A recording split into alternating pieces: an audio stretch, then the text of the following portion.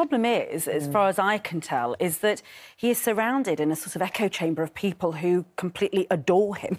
And I think the problem with leadership is you need people who criticise you, who you trust. And he's got nobody close to him who is willing to criticise him and say, listen, we've got to accept all 11 definitions of what anti-Semitism means. We can't just accept 7 of them and expect people to ignore the other 3. The reason and if the whole, National Executive Committee of the Labour Party is all sort of willing to turn, put their hands over their ears, do this and just go, we're sorry for the bits that you don't like, but we kind of believe in some other bits too.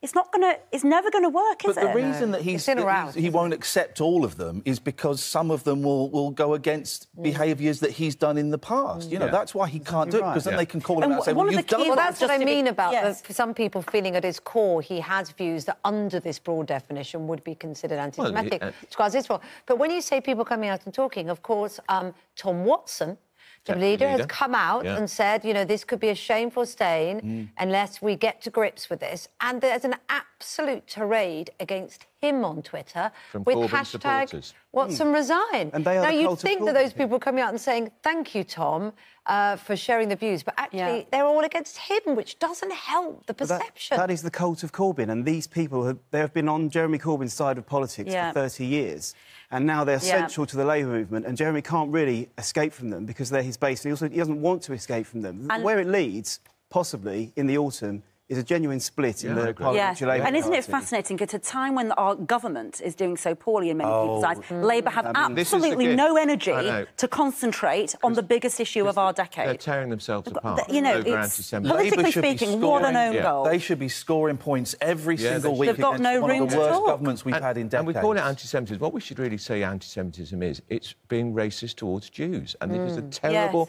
terrible thing that they still haven't cleared up. Just to be clear, just for those who don't... One of the key things that Labour won't go on to say is that being anti-Israel is the same as being anti-Semitic. They're saying you can criticise the Israeli government for its actions without that in turn being anti-Semitic. Now, that is a huge issue for Jewish groups in this country. To be fair, though, the definitions don't really say that, do they? They say that you can't compare Israel to Nazis, which feels like there are ways that you might be able to criticise Israel without, But then that's the point that the argument Labour Party is having. But why would you want to talk about Israel and compare them to Nazis when you know the history of the world and how the Jews were treated by... You can say Israel is, they do some terrible, terrible things, Israel, but why would you even want to put the N-word in there when you're talking about them? That's crazy.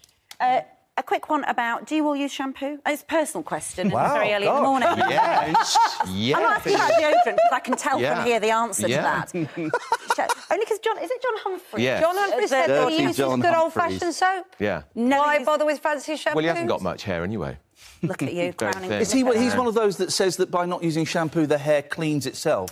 I think he does use soap, but there are some people that do that, aren't there? Andrew Marr is one of them. I want to know what's going on with the BBC. There's all these... My old colleague Matthew Paris doesn't use shampoo.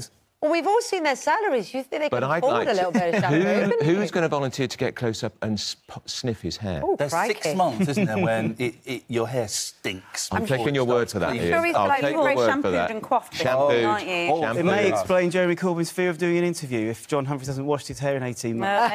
Maybe Jeremy Corbyn Apparently Adele uses soap as well, and her hair is remarkably glossy. There you go. Well, could thank be a you way for your forward. cleanliness. Cleanliness Generally, And I don't wear mascara in the swimming pool. I don't wear mascara in the swimming pool. I thought you'd finally feel comfortable, Iain, getting onto hair. No, thank you. I feel privileged. When are we doing Kim Kardashian? When are we doing Kim Kardashian? Well, the latest on the Kardashians. Oh, right, OK. We've run out of time. Thanks very much, all three of you. Nice to see you.